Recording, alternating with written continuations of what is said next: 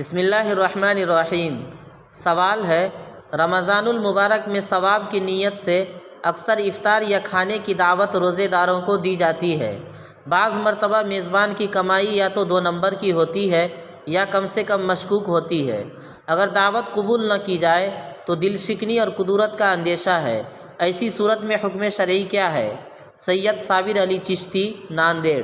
اس کے جواب میں فقیہ العصر حضرت مولانا خالد سیف اللہ رحمانی صاحب دامت برکاتہم تحریر فرماتے ہیں، اگر کسی مسلمان کے بارے میں یہ معلوم نہ ہو کہ اس کا ذریعہ آمدنی حلال ہے یا حرام، تو بحیثیت مسلمان اس کے بارے میں حسن ظن سے کام لیتے ہوئے دعوت قبول کرنی چاہیے۔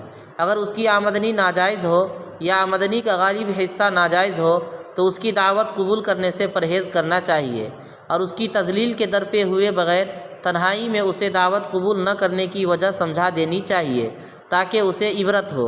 اگر وقتی طور پر اسے ناگوار بھی گزرے تو آئندہ انشاءاللہ وہ آپ کی مجبوری کو سمجھنے پر مجبور ہوگا۔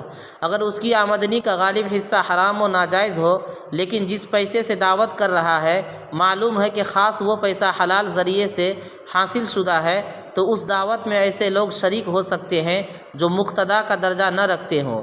علماء اور خواص کو ایسی دعوتوں سے بھی گریز کرنا چاہیے۔